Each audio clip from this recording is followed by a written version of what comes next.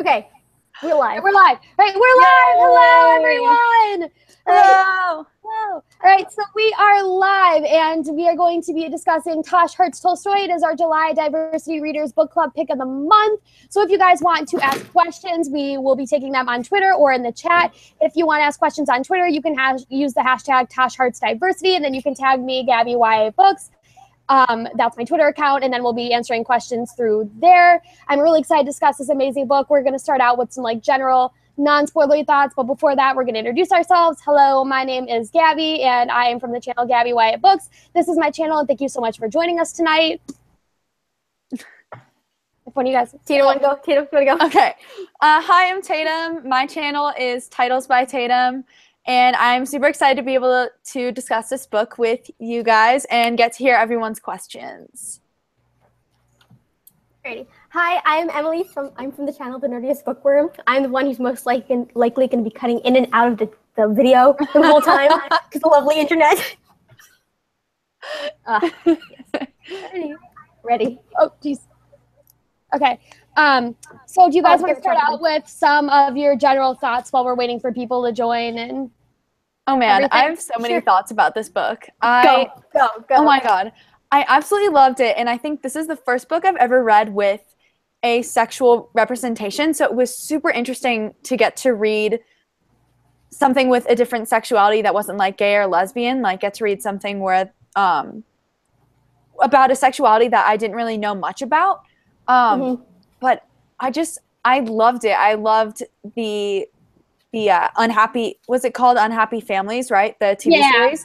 I loved that. I loved it. I loved all the characters. I just can't even begin to explain how much I loved it. Oh, what is this? Oh yes. Gabby, do you want to talk real quick? Yeah, sure. So I absolutely love this book so much, not only for the asexual representation, but for the representation of the YouTube culture, because I feel like it was very, very genuine. Because there's times throughout the book where I think there's one moment where Tash is doing working on filming a video for her own vlogging channel, sort of announcing that she's going to be taking a break so that she can focus more on Unhappy Families, because at that point it's blown up a lot. And there's a moment where she's recording it, and she starts saying something, and she's like, oh, this doesn't work. She stops, deletes it, and then goes and starts again. And I was like, that feels so genuine, because it's not like everything is a one and done take. It takes so much more effort to do those types of things. Like being somebody who all of us are YouTubers ourselves, we know that it's not that simple. So I liked to see that. And then also the fact that they have multiple shots, everything that goes in to Unhappy Families, the behind the scenes stuff, and seeing that how much the channel grows and the amount of success that comes with it, and then everything with that, and then dealing with the asexual representation is something that I felt was very genuine. And there was a lot of misconceptions that were brought up about asexuality that I feel were addressed really well, and romantic sexual was the things that were addressed really well, and it felt like it was written in a way that confronted the issue, but it didn't feel like it was too much in your face, or it felt like it was just a nice way to address it. It was a way that sort of informed the audience. I feel like was a good way to introduce the audience to asexuality, because it's not something you see a lot in way. So I feel like it's a good way to sort of discuss a little bit better and give people an understanding of what it is, and be able to address it in a way that I feel was appropriate. So I really appreciated that. And all the characters were wonderful, and I felt like they blended so well together. There was so many things that I just loved about this book, and I'm really glad that we got to read it. Emily, do you have any thoughts? Yes. Oh my God. So this book was beautiful, but overall, I love exactly with the Unhappy Families. Especially, I really related to Tash, especially with the Unhappy Families, because all throughout this week I've been doing the Bio Bibliothon, and it's retaking issues, and it's not done one and done. And then the fact is asexuality, it's almost like it's two plot lines, but the major plot line is not her sexuality. It's the major plot line is her Unhappy Families and her coming into this internet fame. And I thought that was beautiful. And I thought this book was definitely a great way to introduce this world, introduce people into asexuality. And it was crazy throughout the book how many times people did not know and understand what this was. And this book is a beautiful way to explain it and help especially everybody. With what was his name? Tom, right? When they met, oh my God, that it angered me, but also I think it was such a good moment to have in that discussion, story, to have a discussion. Because it showed how a lot of people kind of choose to remain ignorant, and how asexuality is still something that a lot of people don't know a lot about, and there are still a lot of these misconceptions. But I think this book is definitely a great way, if someone who doesn't know a lot about it, to really break down these misconceptions and really get to learn about it and kind of see this representation and this sexuality in almost a human way. I don't really know exactly how to explain it, but as a relatable way, like, yeah. And so for those of you just that are watching, I want to make sure that you all know that we are going to be getting into spoilers at some point. So I don't want you to get spoiled if you haven't read the book. So if you haven't read the book yet, I would leave and then go and read it and then come back and watch it later just so that you don't get spoiled, because I don't want that to be on my conscience at all. But we do have a few questions that just came in that I think we can get into. So we were discussing some of our favorite parts of the book, least favorite parts of the book. If you had any, was there anything that you really didn't like maybe, or something that you liked the most? For me, I think one of my favorite scenes was the moment when the entire cast was at the concert. I don't know why, but I liked that moment a lot because I feel like that was just like a lot of fun, and I feel like it would be like a fun thing to get to do, because it kind of like reminisce like back to the days like book conventions, things like that, when you're like with a group of friends and just like doing something together that's outside of all the work and the channel, just like a fun moment for them to kind of all go and celebrate. Yeah, I love it was definitely like there were a lot of things in there that like a lot of teenagers don't experience, but there was also, I'd say, like the friendships, it was very realistic. Yes, I agree. And like especially with Jack and like the other friends from the theater group, like how she was kind of like jealous of them in a way, because like she thought her and Tash had like inside jokes, and like that could definitely happen in real life. And like, I also liked that the friendships weren't perfect, because I find in YA especially, there's a lot of like perfect friendships where these two people are like such perfect friends for each other, and that's normally not the case with friendship, as we probably all know. And I'd like to see that making unhappy families wasn't really a like easy process, and there was this tension between Jack and oh geez, why am I forgetting her name right now? Tash. Jeez, I had a really stupid moment right there. I like to see that like it wasn't an easy process. It was a really difficult process, and definitely friendship doesn't always, I guess, like keep everything together. Like, I don't know what I'm saying. Yeah, no, I agree with you. And I also think that one of the moments for me that I was kind of like surprised by a little bit, a moment that we discussed as a big part of the book, is this moment where Tash, she's, oh my God, what's his name? I'm gonna go and flip into the book really quickly. Someone say something. Okay. I loved about was the different like sibling relationships. You had Jack and her brother. Like her brother. That's her. I don't know his name. Yeah, I'm looking at it right now because I'm like, for some reason, part of me. It's Paul. It's Paul. Paul and her brother. That's what I thought. But yeah. I completely forgot, but Jack and her Paul, and then you had Tash and her sister. Like Tash and her crap. What's your sister's name? Is it? Oh man. We can't remember any of the characters' names. Guys. So we're like gonna get through this discussion. Is it 1 second? It's like in the first few pages of the book. I'm gonna go and flip through and find these things. I feel horrible. You're gonna find her names. You're gonna find the names. But Tash and her sister, like, and then like they have like almost a Claudia. Claudia or just Claudia? I think it's Claudia because it's an IE. Claudia. Okay. Yeah. But Tash and Claudia, and then they're like their relationship, their sisters, like it's kind of broken almost, and they're definitely not. Like there's not just one type of like relationship in like brothers and sisters. It's like there's different ones, and we got to see like 2 different types in this book. Yeah, definitely. Yeah. Speaking about it, one of the moments that I wanted to talk about before I like just completely blanked is that moment with Tash and Paul, and it's this moment where she is with him, and that's that moment where he like comes out and he says that he loves her, and she's like, I'm asexual, and she like goes and basically strips out. That moment I was like, holy shit. But I was like, that was wonderful, because it was that moment where it was like, you need to can't like she's like thinking that like that no one could be able to love her because she's asexual, but like Paul's like, I love you. I like that moment. He's like, I'd rather hug you than be with anybody else, and that was beautiful. Yeah, so good. Yeah, and I liked that it ended on that note. Like, I liked almost that she wasn't with Tom, because like that would be something that we would expect. Right. Yeah. But this is like completely different, but also like 10 times better than her being with Tom. Yeah, because like when we first heard about Tom and like whatever, I was like, oh my God, please don't be like this. But then we were like talking about like the book was like Paul and like she's getting butterflies and stuff, and I was like, okay, is it this? I think I really like this. Oh, I know what you do. Oh, it's so cute. Yeah. So least favorite parts. Anybody like? Oh yeah, least favorite part. Can we Oh, just the Tom? moment with Tom. I don't like Tom. Yeah, just Tom is so annoying. Like anytime Tom was there, Like I liked him at first. Like I liked him like when he was like friendly with her and like, hey, Me too. okay. But like at the same time, like when he said the PSA about like bullying, I thought that was cute. But at the same time, I'm like trying too hard. Yeah, exactly. Yeah. I think I was like, that's cute, and then I was like, never mind. Oh, and when he mispronounced her name. Oh my God! I like. That's what I knew. I had a moment where I was like, oh my God, because that's something that I really relate to. Because my full name is Gabrielle, which is Gabrielle, and so a lot of people either pronounce it Gabriella or they pronounce Gabriel, which is the masculine version. And I have people in my family that do that. So I read that and I was like, oh my gosh. That like this, I basically feel like I'm Tash because there's so much of her that I can really, really connect to. And I can not only pronunciation. And I've heard so many people call this book Tash Hearts Tolstoy. I always said so many people. It's like I thought that's what it was at first. I remember I like called up Barnes and Noble and I was like, "Do you have Tash Hearts Tolstoy?" And now I'm like, "Oh, Tatum, no." I feel like it's fine because as long as you fix yourself, you're good. And no, when I was doing my wrap up like last month, my TBR last month, I was like, "Oh, so we have Tash Hearts Tolstoy." I was like, saying completely wrong. Oh wait, I was editing. I was like, "Oh wait, that's not the name of the book." Yeah, I think.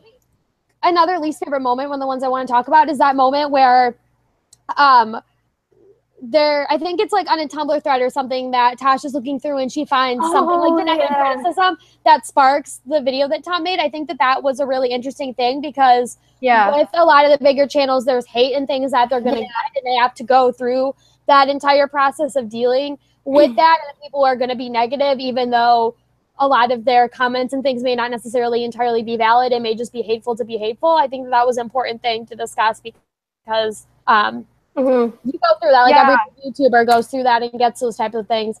I remember specifically like relating it to BookTube. I know with Shadowhunters, this is like completely entirely off topic, but I know that when Emma and Christine from Poland Bananas Books and then Emma from Emma Books, when they did their reviews, at the time, there was a lot of people that gave them a lot of hate, and there was like a whole big thing that happened there.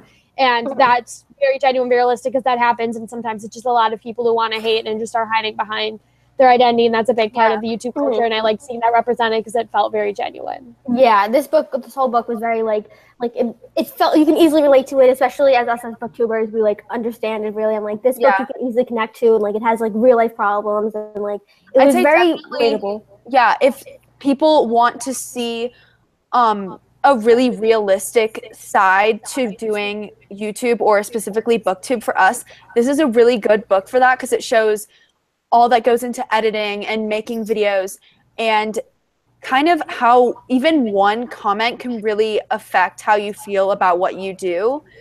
And yeah, I really liked it for that. Yeah.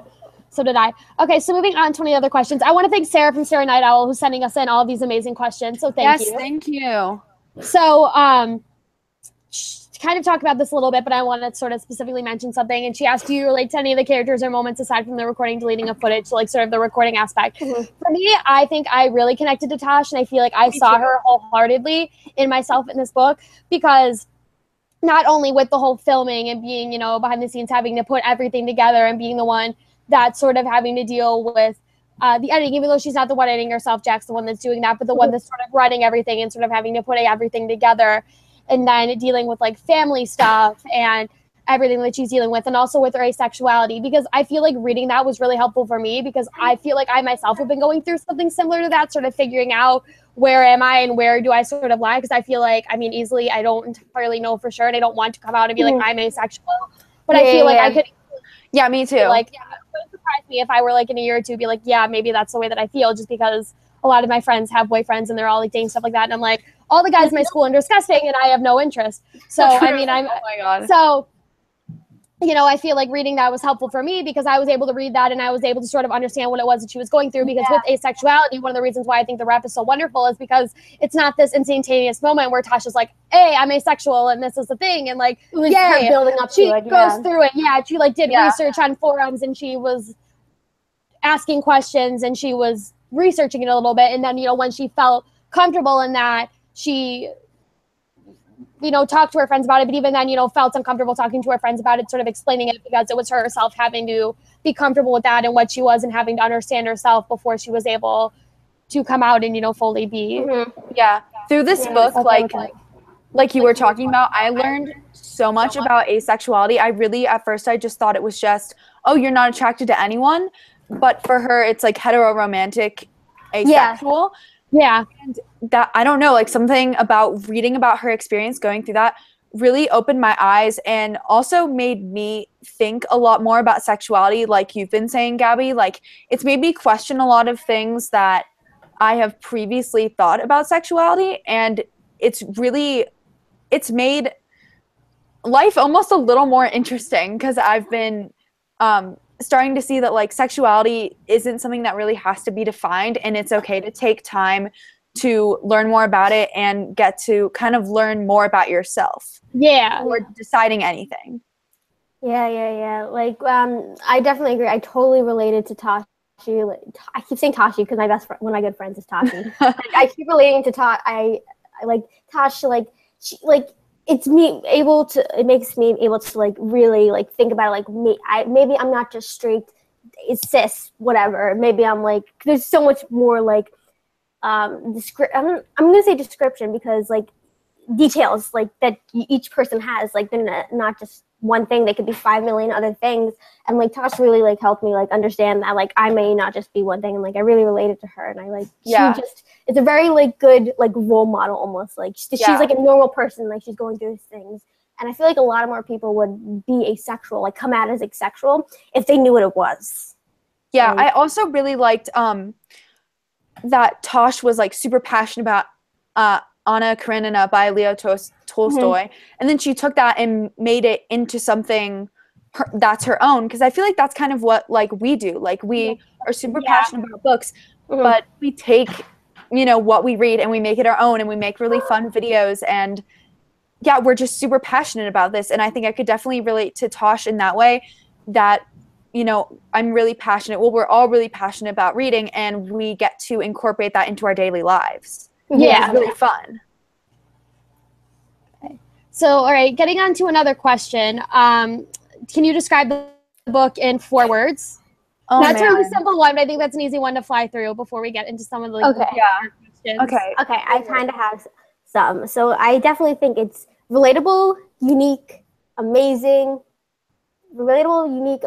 and let's see, like easy as in easy to read, like you just fly through it. Yeah.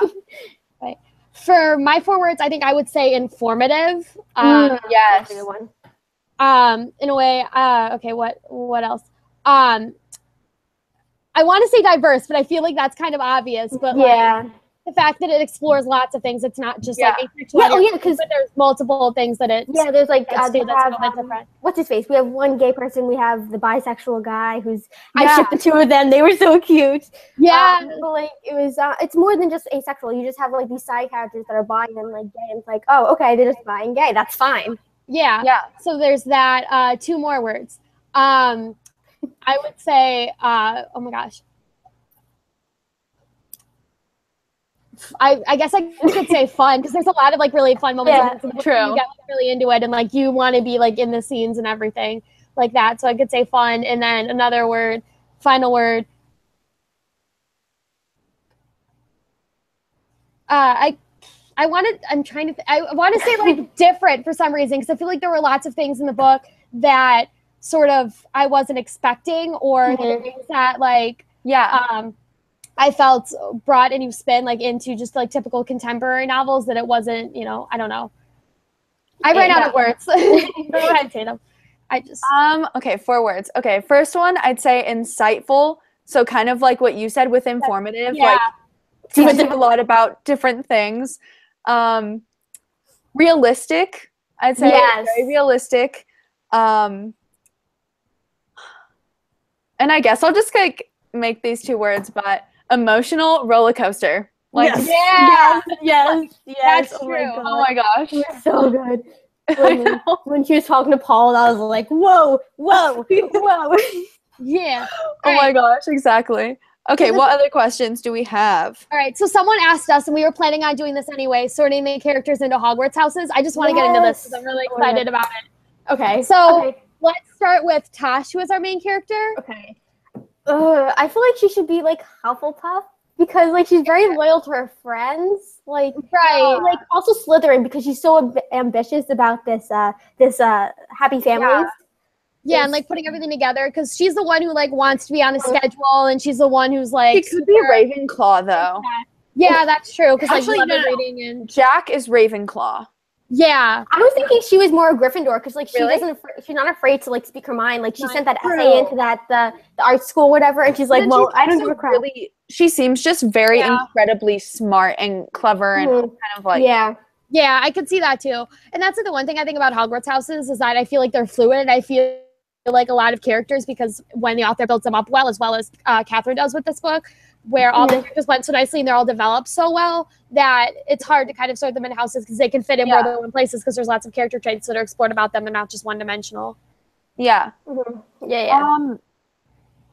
I'm trying to think, would Paul be a Hufflepuff as well? That's what I'm thinking. Like, he's just too pure. And I was going to say Paul would be a Hufflepuff. That I was for sure on. Yeah.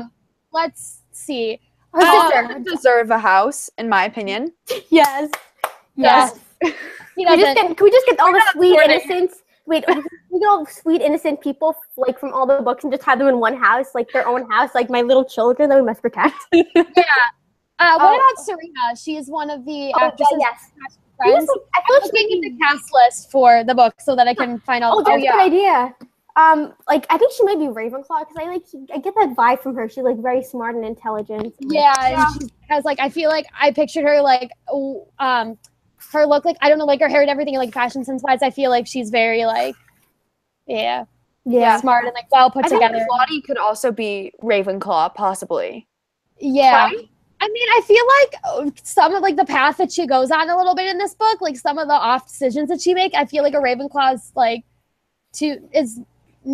I don't know, not like a Ravenclaw is too smart. Like also, she has like this like fiery passion inside. Yeah, like that's true. That could be more like Gryffindor.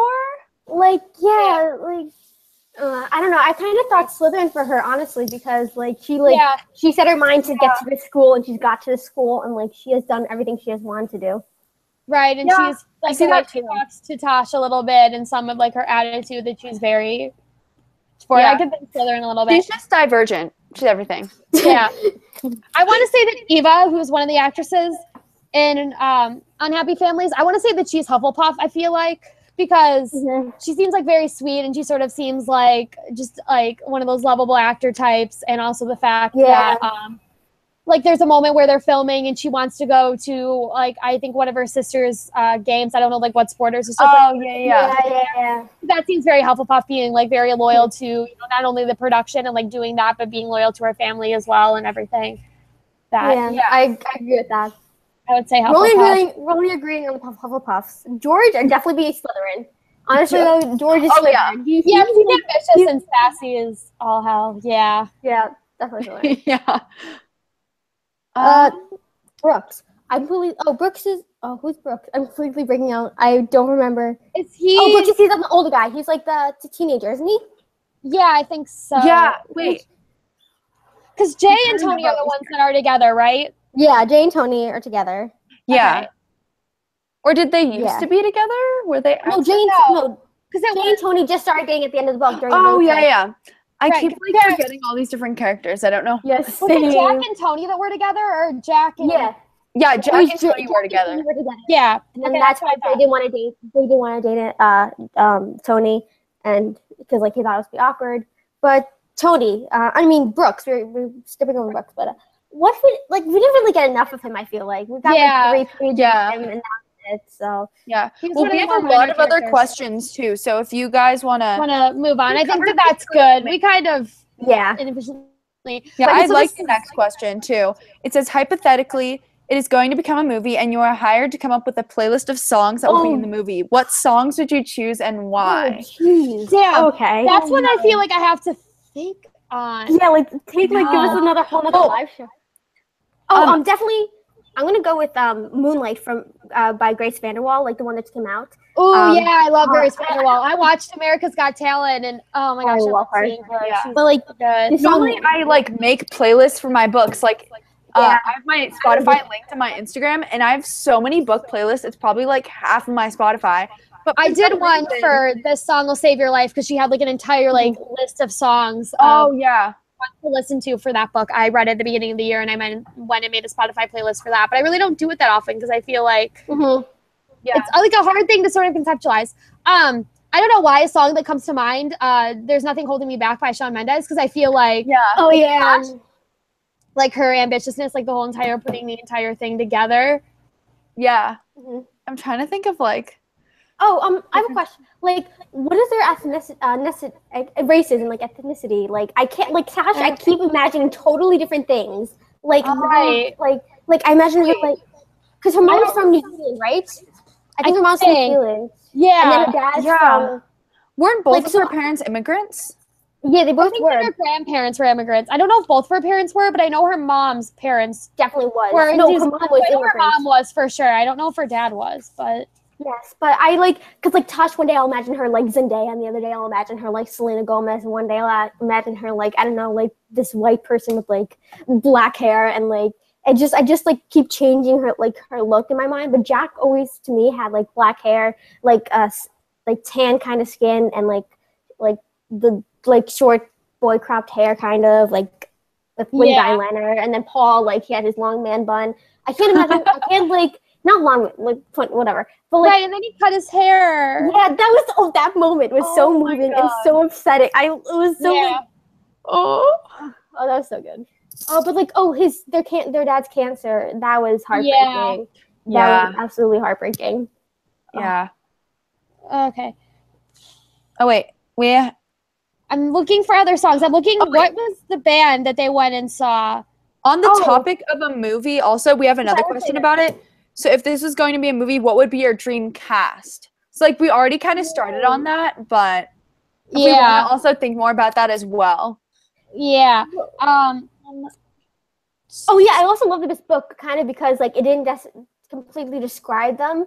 Like you were almost like left to like have this imagination. Yeah, I feel like there were things like for me, one of the worst things about books is that when it comes to character descriptions, I feel like I just pass them by.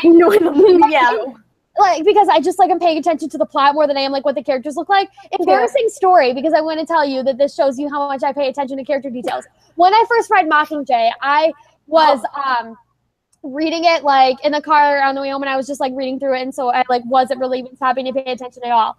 I pictured Finnick Odair as, like, an older man and, like, I don't know what it was, but it was, and then I like went and saw it and they cast Sam Claflin and I was like, oh, okay, clearly I read this wrong. And it went back and read the second time and I was like, clearly I'm wrong because like the entire part of the book is like him being like a sex magnet and I was like, how did I miss that?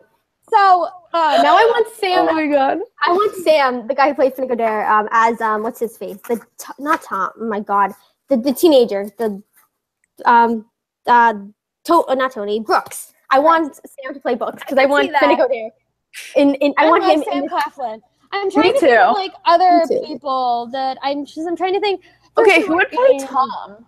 That's what I'm trying to think about. Like Jacob Sartorius. Oh my god. It's so much easier to put my like hateful feelings onto him with him cast as that character. Right. Yeah, pick somebody really annoying. Haven't a lot of people had issues with, oh my god, who recently? The one guy that was on Disney and then they let him go. Oh, Jake Paul. He totally cast him because he's old enough. Yeah, he totally play Tom. Yeah. I cringe. I could see that. I kind of want Zendaya to play Tosh, honestly. And, like, I could see that. I love Zendaya. Love Zendaya. Oh my god. Imagine Emma Watson as Jack, like dye her hair black and have it cropped short, like she did when I can kind of see that.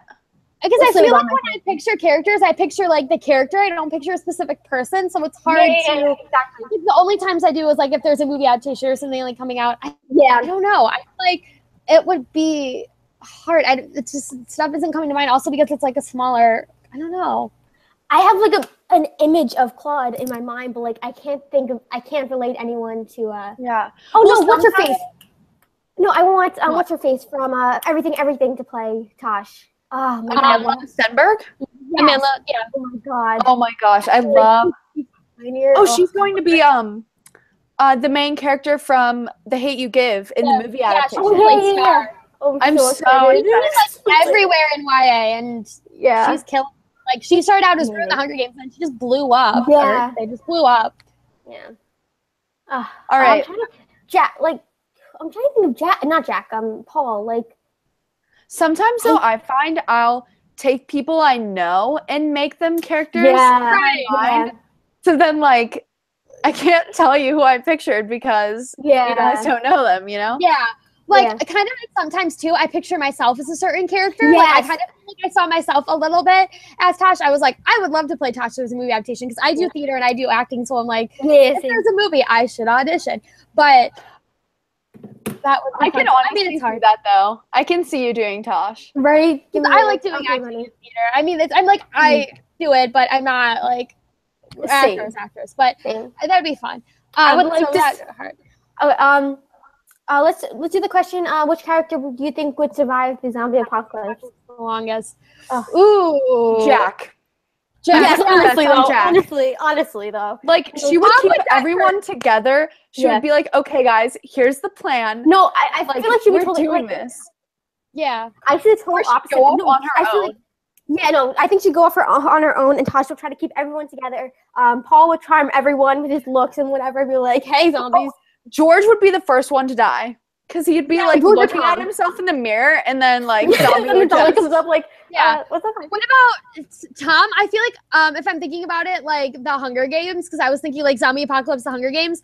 Tom would be one of those people who's like so arrogant and so obnoxious that he'd be standing on the pedestal, and even like before the timer starts, he'd just like fall off, just blow up.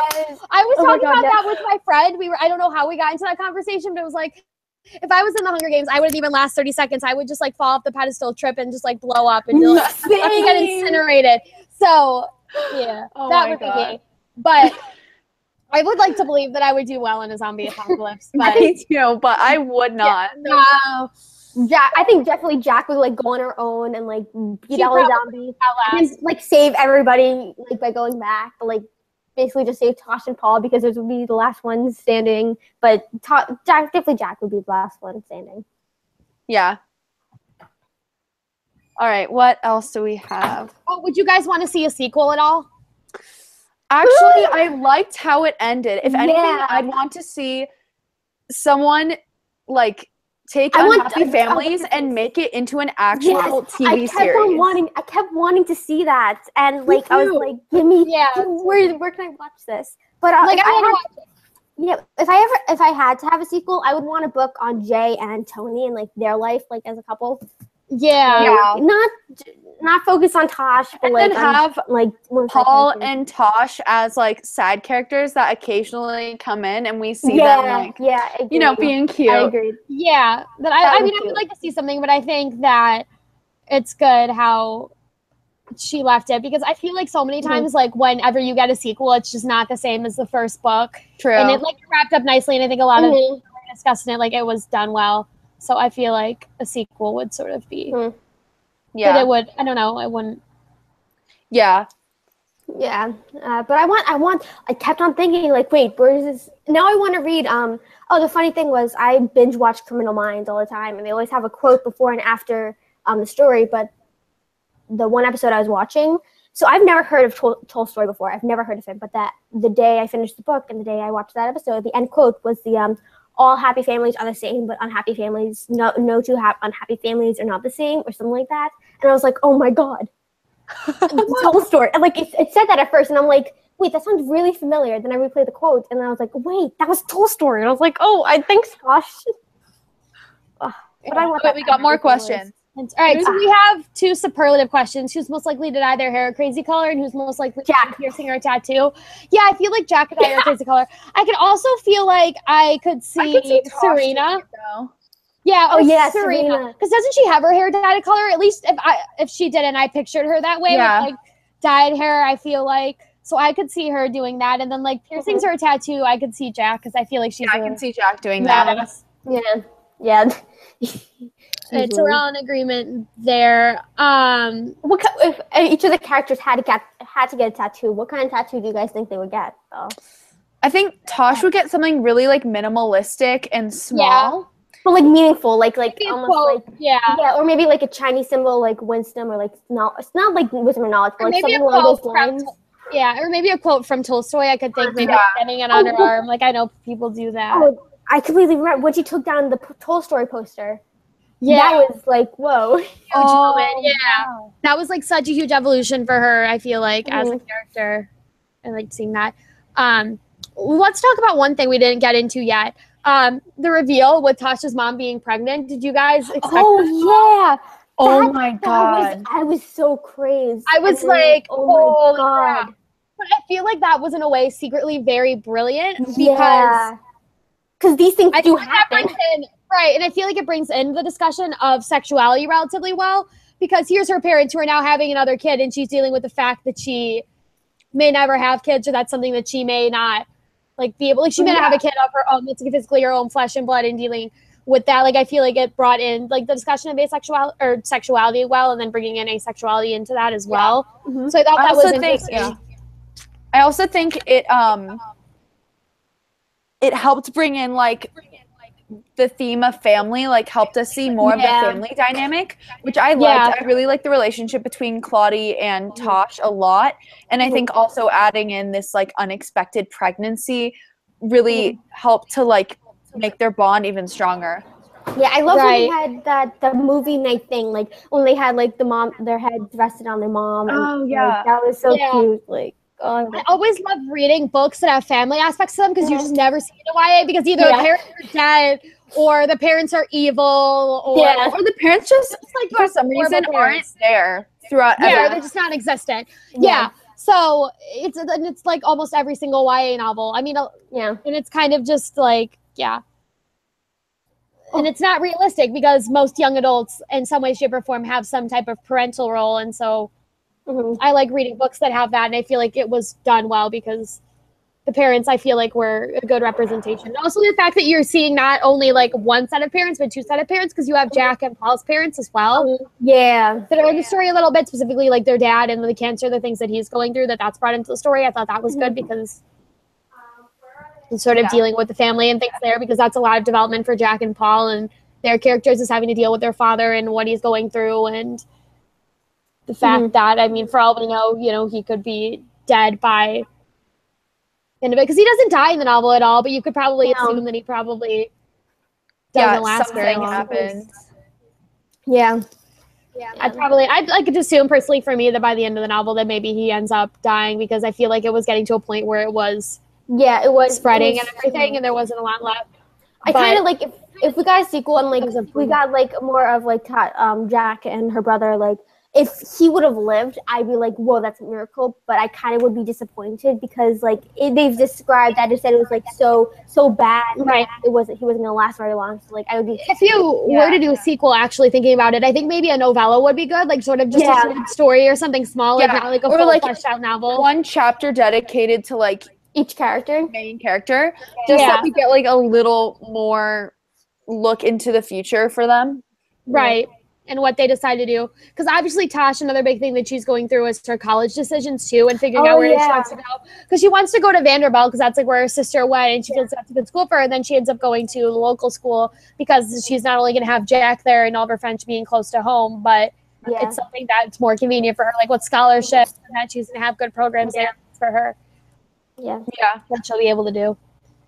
And then also I like the discussion in the book was another thing that I kind of forgot about, but it's something that popped to my mind now talking about colleges, is the fact that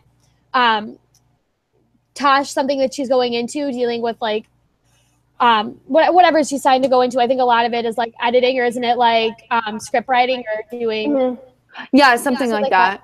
That whatever it is that she's getting into, something around that area isn't necessarily the most reliable thing in the world. And so you have her parents who are initially being like, maybe do something more stable, figure something else out. like you're going to your senior year of high school and everything, but you're going to eventually be graduating soon and you need to sort of figure out what you're doing. But they sort of discourage her from that. But she knows that what her passion is, and she knows that's what she wants to do, and that there isn't anything that's going to be there for her. And so I also like to go to college. I liked that because she didn't get into Vanderbilt. That like she didn't get into her dream school, because most people don't get into their dream schools, you know? And I think it was definitely a realistic portrayal of just the college experience, like applying to schools, figuring out where you want to go, and all these different factors that go into deciding where you want to go. Money and everything, which was the big thing too. Now that her parents were having a baby, like that was even more so that they were gonna have to cut down, because not only are they paying for one child's college, but they're having to pay for like a new baby. So that's like a double whammy. Also those things are incredibly expensive. What I loved also was like these two families, like Jack's and Tosh and Paul's, they weren't the wealthiest families in the world. Like they were millionaires. They didn't have this huge house. Like they had very big trouble. Like and Tosh even brought up like, hey, how are you going to pay for this baby? Like it definitely, like this book did have a lot of problems, but they had a lot of real life situations. And another one of the things that I liked, like with the Golden Tubas, is that it's not like the entire cast was there. It was only Tosh and George. And that was sort of showed the fact that it wasn't like this thing where it was like, oh, now that they're nominated, they all get to go, and it's all this nice, easy, convenient, like big starstruck type thing. That it's you know, And also, I love the fact that they had like the Golden Tubas. Like I wish they did something like this in real life, like for where, like they book, for like small book awards, but like it's not like smaller channels, things like that. You don't really get a lot of recognition, and so it was nice to get to see sort of the evolution of that, and the fact that they started out as a smaller channel and then getting to see them grow, because we all ourselves are smaller channels, and so you know it's sometimes hard to like understand or grasp like the like blow up and things that they go through, but it was a nice progression because they weren't very big at first. All right, so another question, sort of dealing with the superlatives. Who's most likely to accidentally get arrested for doing something stupid or crazy? Tom? Jack Tom. Or Tom? I would say Tom, because Tom, with him being a YouTuber and having lots of true that he could seeing like how obnoxious he was towards the end, like once you actually got to see his true colors, that I could see him totally being like a Jake Paul doing something really obnoxious and stupid. Also, I think like, doing a dare video and then getting arrested during the dare video. Because like his content seems like it's relatively interesting and it's a little bit different because he's doing like I think science stuff or something. So it's not like he's known for doing stuff that's like over the top. But I feel like if he were to grow more, he could decide to do something like that, and it'd be likely that he would. Yeah, I think kind of like if you like just personality wise, Paul, like I don't know, he'd be like trying to like do something romantic for Tosh or something. Like, I don't know. And like he just do the whole pumpkin thing, and I was like, that's adorable. That was crazy. I know. Oh, so cute. Can I have a little Paul? Like he's so adorable. I love Paul. I know. Sweet. He's so adorable. I feel like we still didn't get to know him that well though. Right. Yeah. I know what you mean. Because she was focused so much on Tom for so much of the book that by the end it was like, oh, here's Paul. He's now the love interest. And you're like, I'm totally down for that, but I want to get to know him. Yeah.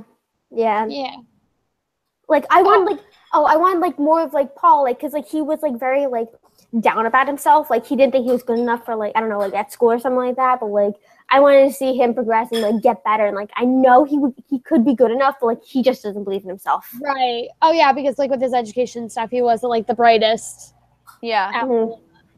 Bunch that. Yeah, I would like to have seen him like gotten smarter and see him like work through some of those things, focus on that a little bit more because that would have been a nice aspect of the book. But of course, you can't focus on everything, and I think that for the most part, everything. Well, I think also having Tosh as the main character, you know, obviously some of those other people's problems are not going to be her main focus. Yeah, and I think that was one of the great things that Catherine Ormsby did as an author is that she has a big cast of characters, and you're dealing with so many different things that are going on in the novel, but it seems like all of the characters are really fleshed out and they're all really well developed and they're all well focused on, that it doesn't really feel like for the most part that there's any like one character that's like left out in the shade. If you really read the book, like really take it in, and obviously a while since we've all read it that that you're not going to remember like everything, but like for the most part, if you're reading it, like recalling it fresh from memory, all the characters are well developed and you're able to see them all fleshed out really well, and they all get their own spotlight and are all as much a part of the story as any other character. And it was nice to get to see that, because with a lot of bigger casts, usually there's only one character that's focused on, and a lot of other characters sort of get put in the dust a little bit to focus on the main character and everything that they're going through. So it was nice to see everything so fleshed out. Yeah, and each character, even if they didn't get a lot of, I guess, like screen time or even like page time, they still felt very human, and you got to see them all deal with, you know, different struggles that they have in a really realistic way. Right. So, yeah, it was just a really good book. Like, so good. Another one of the fun things that I loved getting to see in the novel was the wrap party that they had for Unhappy Family. That was so sad. For me, like, it was sad, but it was one of those things where I really resonated with it, because being an actor, like saying goodbye and everything. We did that. I didn't get to go my freshman year, but sophomore year I do one acts, which is pretty much like 20-minute like scripts, and so it's all student directed. So like juniors and seniors come and they pick a script, something online, and they go through and they create it, and then they cast other students, and then you work on it and you have a whole production. And then at the end of the year, once they finish with like all the productions they do throughout the year, they have a party and they have like a banquet, and so there's dinner, and then you have like a DJ and everything. And I really, like, in that moment I was reading and I was like, I really connect to this, because I felt like my own drama club, like our rap parties and everything, like getting to just like hang out and say goodbye to everyone, and especially a lot of the seniors, people who are in winning and leaving, like saying goodbye to them for last time, because a lot of those people are your directors and people you've been working with through a lot of the year.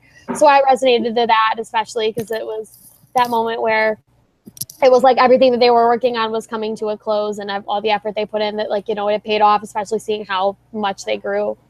Like so it was like as like an actor, like also I do a lot of theater too, but like always like the wrap parties like are like very bittersweet, because like you're like saying goodbye, but like this was a great time, great adventure, and like it was like that moment. And when she was talking to Sierra, I think it was, like that moment was just, that hurt my heart. It was good.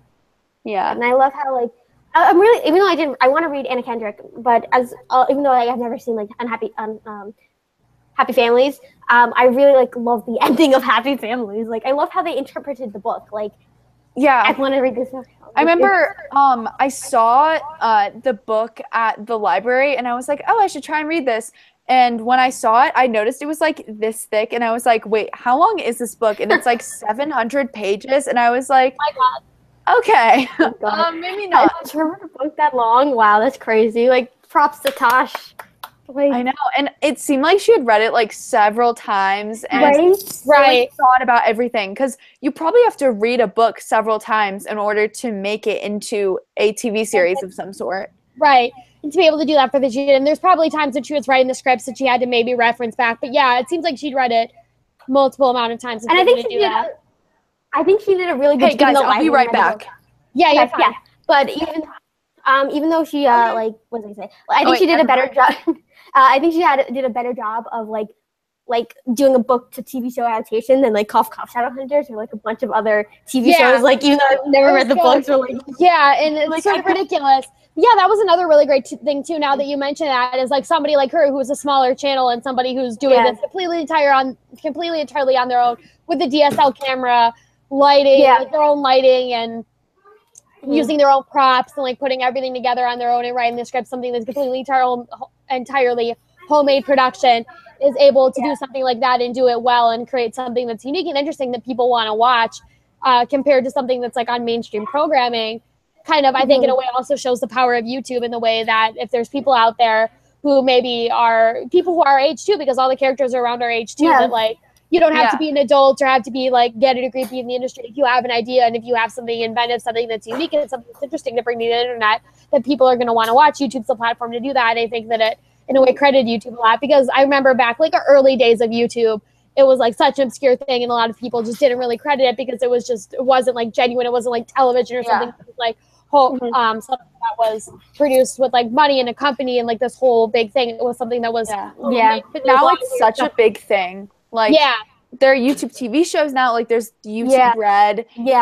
So many people, like, their job is just to be a YouTuber. Yeah, that's great. With like it's crazy like how much the YouTube community has grown in like I don't know how long, but it's been a while, and like you see that, and I love in Tash Tolstoy like how like often they reference like common things, like I think they referenced like Starbucks once, and like they I don't know, like they definitely referenced a bunch of different like chain places and like a bunch of places like and like so it was like definitely easily to relate to, and like you see her channel blooming like and like how overnight internet fame is a thing actually. It's so good. It's definitely something like people from this generation can connect to. Right. Mm-hmm. And I think another thing, talking about the one vlogger that noticed her and then because of that blew up, I mean, it shows sort of like how the content of the things that you're making in a way as a smaller creator that, if you have a passion for it, if you're doing something that you really love, that there's people out there that are going to see it. And if it's bigger people that, it's not, you just have to make something and, do what you love and eventually you're going to get there. It's not maybe going to be instantaneous or be right away and suddenly you're just going to blow up and have all these subscribers like that. But if you're putting the work and effort into it, there's people out there that are going to see it. And so I think it's a little bit of an inspiration there for all of us being smaller creators that if you just keep doing what you're doing, you're going to get there. Yeah. Mm-hmm. And definitely like what I liked with Tasha's channel is she also made it a lot just for herself and because she had that passion, it really wasn't about getting that attention. It just ended up happening. Right. And because they want to get a certain reach. I mean, obviously you do if you're making all this content and putting all this effort into it, you're going to want to have a certain reach, a certain goal. And I think that's good because if you don't have those goals or like, I want to be in this place, then it's hard to sort of be consistent with it or whatever. But I think that she was doing it because she loved it and because she had a passion for it and she had a new inventive idea to bring. And so but there are people out there that watch. At the end of like, I love Tash vlogs and like how she had that one fan was like, oh Tash, I love your vlogs and stuff like that. I love Tea Time with Tash. I love how she almost like brought it back at the end. And like, I think she's definitely talking about like asexuality and like her life and stuff like that. That's what I think she's like with her best friend has cancer. Her mom is having a child. Like, I think her vlogs are going to be just talking about her life. And I'm so excited for she something like that. And like, I think that it's more personal that way. And with everything that she's done. That she wants to help people.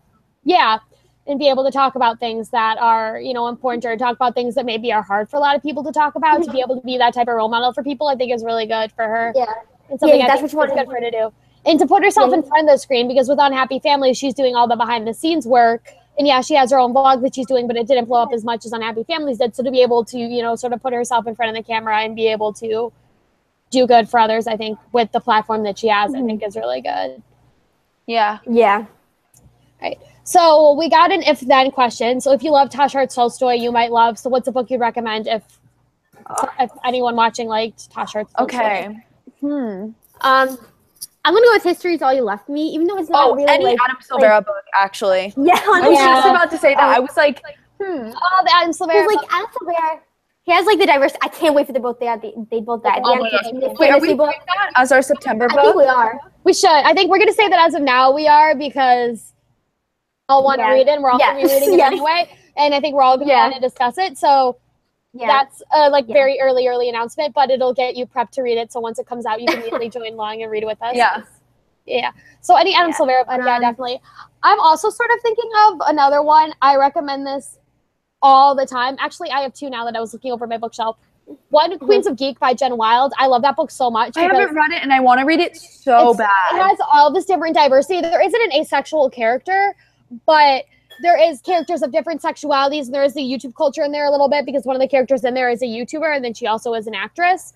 So there's that sort of aspect that's in there a little bit. There's a convention there. So there's sort of the geek and fandom of there with Tash having her love for everything. I'm legitimately adding that right now to my to-read list on Goodreads. Geekarella by Ashley Poston's another one that comes to mind because you have the character who's a blogger and has a passion for something, and so then she goes and she creates this cosplay. So it's kind of similar to what Tash does. So those are a few that come to mind. What was the first Queen of what? Queens of Geek by Jen Wild. Oh, okay. That one's the one that kind of gone around. It's a smaller title, but I found it like at Barnes & Noble and I saw it and I was like, okay, I'm gonna read it. But I've seen it around here or there. Yeah, I saw it quite a bit on Bookstagram just because the cover is so pretty that you can't help just like but the put it in pink a picture. wavy, hair. That's so pretty. Yeah. But I can't think of any book that was really this realistic and this good, and also had incorporated things about like YouTube and just general like pop culture, right? Culture, I guess. Another one that comes to mind, it's a little bit different. It's not YA, but I was looking over in Bookshelf and I saw it, Unfiltered by Lily Collins, her memoir. Because I feel like that's kind of in a way is sort of like the progression of what Tash could be going towards by the time we get to the end of the novel. Yeah. And I think that was good. And that's a really short read. It's not even that long either. It's one that I kind of flipped through in like a day because all the chapters are relatively short and there's pictures and things in there. But I think that's a good one. Yeah, I feel like also Connor Francis books as well because he's a YouTube creator. I mean, I know his most recent book is more like poetry, and there are some like stories in there. But I remember his first book was pretty good, and it was about him like discovering his sexuality while also being a creator on YouTube and not blowing up for him. Yeah, that's another good one. I think that fits well. I haven't read it, but I think from what you said, that sounds good. Yeah. Yeah. Let's see, what other questions are we getting? All right, so just a reminder for you guys, if you want to send in questions, you can use the hashtag #TashHeartsDiversity and we'll be answering them. Let's see. I know there's a question that we got asked a little bit while back, if you have favorite quotes or things that you really liked. I definitely like the I love it. This was not actually from Tash, but this was from Tolstoy. Tolstoy. I don't know. Tolstoy and like the all unhappy families. You know, all happy families are the same, and no two happy families are the same, and stuff like that. I just thought was like, okay, that's a really good point. Like, right? Yeah. Where's the point in the? And the quote Paul said. The quote Paul said, he was like, "I'd rather hug you than be with anybody else," and that was really adorable. Yeah. And like that whole scene with like when her like she was like, "Paul, you wouldn't love me because I can't give you what you want." That whole scene. Right. Yeah. It's so good. Yeah, I don't have the physical book with me, so I can't turn to any quotes. But... Yeah, I made sure I had the physical book with me. I'm looking for the one point. I was able to find it really well. When I was looking for it, when I was writing. I'm going to actually look up quotes, which is really sad, but whatever. Trying to find the one point where she has the whole conversation with Tom, because there's something that she said that... Oh, yeah. That I feel like everything that she said there, I feel like was really... When she had that conversation with her sister, but I remember she said something, and I was like, whoa, that's whoa. Let's see. I'm trying to look through and see what other quotes there are. I like to. We got time. Okay.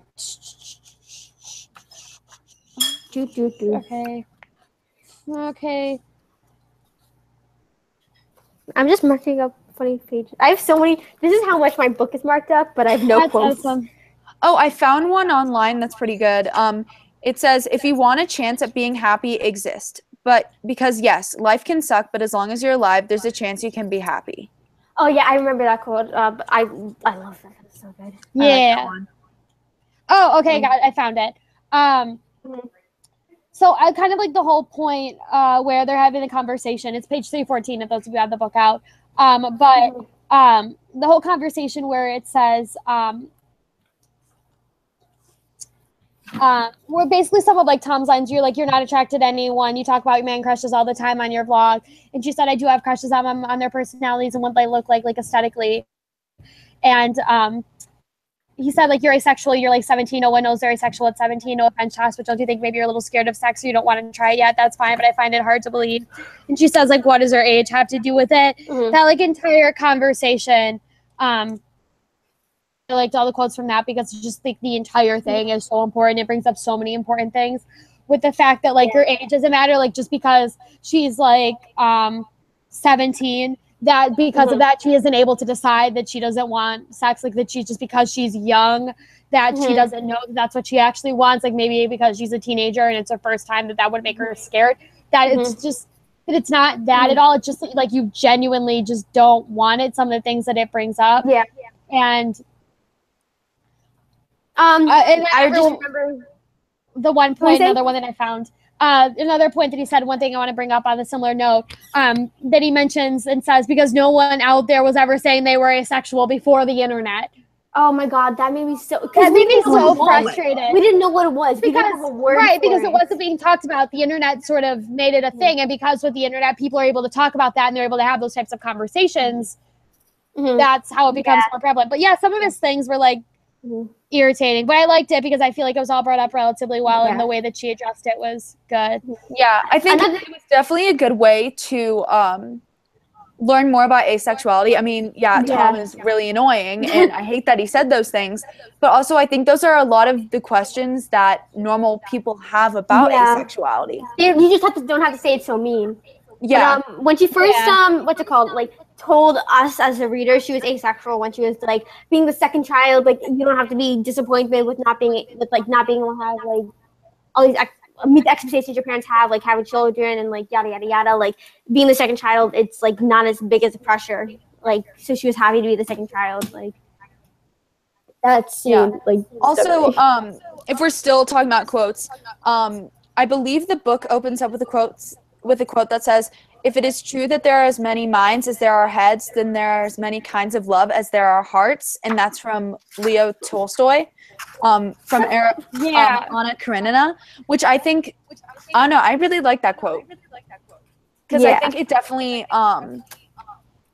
shares the message of acceptance throughout the story of, you know, different sexualities, because there are multiple sexualities that are represented throughout the book, and I think it was definitely a good way to start off the book.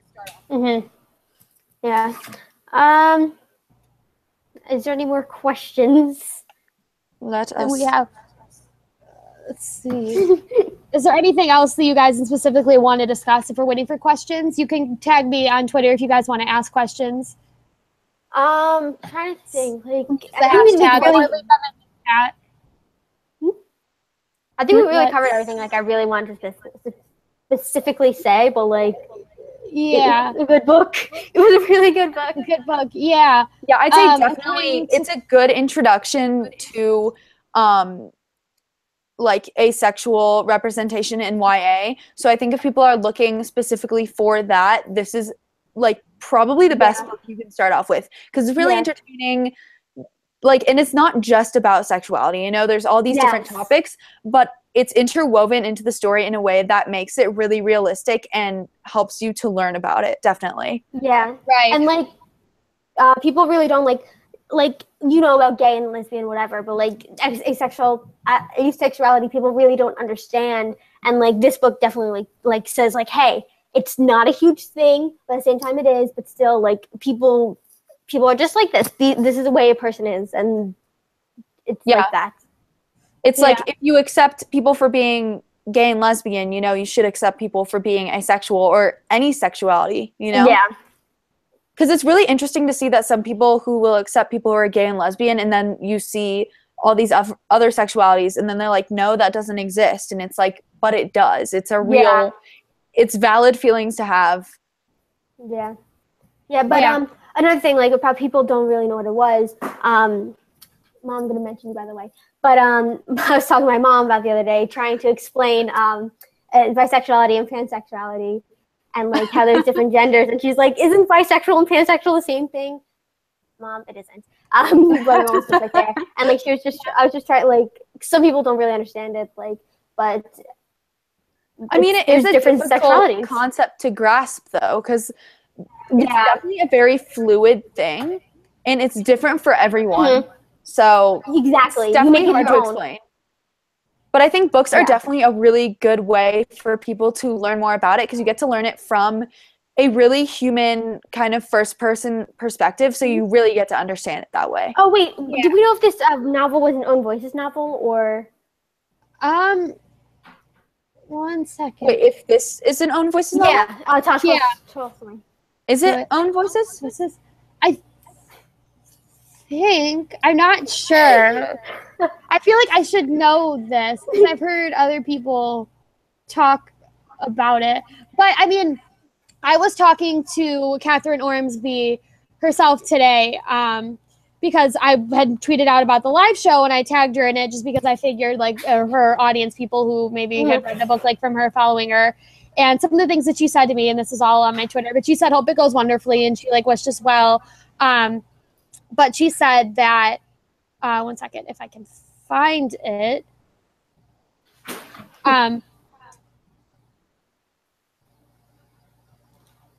Okay, I'm going to go and check my Twitter inside. I don't know why Twitter's being weird. She said that,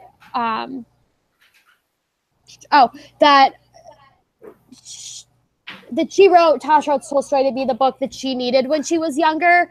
So I feel like from that, she could probably, it wouldn't surprise me if it was Own Voices. Yeah.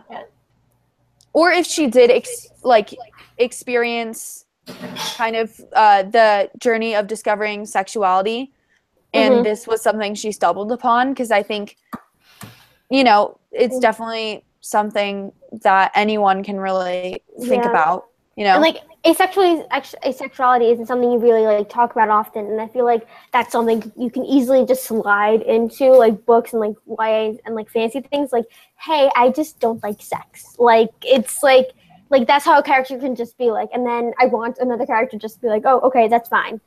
Yeah, like, I feel like at this point, if authors don't include at least one diverse character in their book, like there's really no excuse for it, because it's not that difficult. Like you just maybe have to introduce it like once or twice and then you're done. Yeah. But I mean, I think it's definitely getting better. It's been getting a lot better over the years, and I've been seeing a lot more diverse reads coming out, like especially, I think I've been in this community for like 2 or 3 years, and especially over the past like year or two, I've seen a lot of people start to open a discussion about sexuality and just diversity in general in books. And I think authors are definitely listening to what readers have to say and are definitely, you know, addressing that. All right, quick update. I found an EW interview with Catherine Ormsby, and one of the things that she says is throughout high school I wasn't interested in sex, and that was oftentimes an isolating experience, especially when there are no popular books or television shows that normalize the way I felt. Though I don't personally identify like Tash does, I needed a story like hers when I was a teen, and I think that there are teen readers who need her story now. So that's beautiful. I like that. So in a way, it's like, I feel like it would be like partially Own Voices, because there's part of her that was able to identify with part of that, even though it's not like strictly Own Voices, but there's their inspiration there from the author. Yeah, because she had those feelings. Yeah. So, yeah. Another thing that I think is really good that she does, still looking at this article, is talking about separating the difference between asexuality and aromantic, because Tash is asexual, but she still has crushes on other people. Yeah. And distinguishing the difference, I think, was a good thing, because a lot of people group them together very easily. They sort of just start to mesh if you don't know the differences and if you aren't as well researched. What's aromantic? Like, that's where like you don't experience romantic. Yes. Right? Yeah. So asexuality is just you don't want sex, but you could have crushes on other people or want to be in a relationship with somebody, but just like no sex. Or romantic is you don't have like feelings for another person. Oh, okay. Isn't Tash hetero-romantic asexual? I believe. Yes. She's also in the description. It describes her as where is it? She's romantic asexual. So, like, if you tell her crush that she's romantic asexual. So yeah, it would be hetero-romantic asexual, because she's interested in she's romantic males. asexual. Yeah, but like specifically being more specific, heteromantic asexual, because she's heterosexual. Here, guys, I'll be right back. Okay, you're fine. I'm trying to think. I found the CW article, and I'll link it down below once we're done with the live. If you guys want to read it, because it's a good interview. I'm not like really reading it out, but I'm skimming through it, and the questions are good. So, and actually, one of the things I think was relatively interesting reading this EW article is that the author herself created two seasons of a web series with a friend. Oh, that's cool. So she had done something like that, and that's sort of what inspired the novel or gave her that. So it's also Own Voices in a way, because of the fact that she has experienced. She put a lot of she put a lot of herself into Tash and like made it relatable so we can all relate. Right. I would love to watch her web series now. I want to go and watch it. Me too. Like, give me Unhappy Families. Like, okay, if we don't get a Tolstoy movie, give me Unhappy Families. Yes. Oh my gosh, where can I watch this? Because she says that for the first season, what she did is it was called Shakes, and their first season was a mashup of Romeo and Juliet, Hamlet, and Much Ado About Nothing. I've read 2 of those because I had to read both of them. I had to read Romeo and Juliet for summer reading going into freshman year of high school, and I read Much Ado About Nothing in 8th grade. And then the second season was The Weird Sisters and Macbeth. Oh, that's so cool. Oh yeah, just wanted to tell you guys real quick. I have to leave in like 5 minutes. But you guys can continue the discussion. Yeah. I mean, if we want to wrap this up, like, there's nothing else really we need to, like, major say. Like, yeah, we just got to find out where this TV show is. Oh, okay. Yeah. So something really cool just happened. I'm looking at my Twitter, and Catherine Ormsby just quoted our tweet, and she said, "Gosh, I thought I retweeted this earlier, but I believe this live show is still going on. Check it out. I love what these readers are doing." Oh my God. Okay, so thank you so much, Catherine, for that. That's really awesome. Thank you. Are still going if people want to join in. That's really, really cool. So that's another thing. I love her. Catherine is an author because she's really interactive and like talking to us and talking about things. You have authors like that are doing those kinds of things. Another author, I forget who it is, but she wrote that The Princess Saves Herself in this one. I follow her on Twitter. And she's so interactive with her flowers. I love when authors are like that. It's so amazing. Yeah, well, what I like about this community is that authors aren't, I guess, like celebrities, so they can communicate with us like this. And it's super rewarding and super awesome that we can communicate with them. Yes. Yeah, and I think that's another great thing that the book sort of goes into is the internet side of the story and dealing with Twitter interactions and the social media aspect of everything and how they're having to deal with like this mass influx of people that are now reaching out and asking questions. And that's like the whole internet community that when you're doing YouTube, it's not just putting the content out there. You have to be able to be interactive with people and talk to them now with, you know, everything that's going on, that it's a lot more layers and a lot more complex than just. Yeah.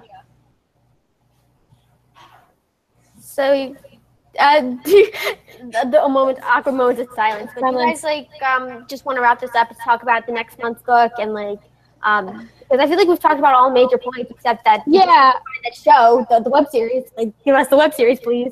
I think because the book's relatively short, so there's not a lot to talk about, and I feel like we got into everything.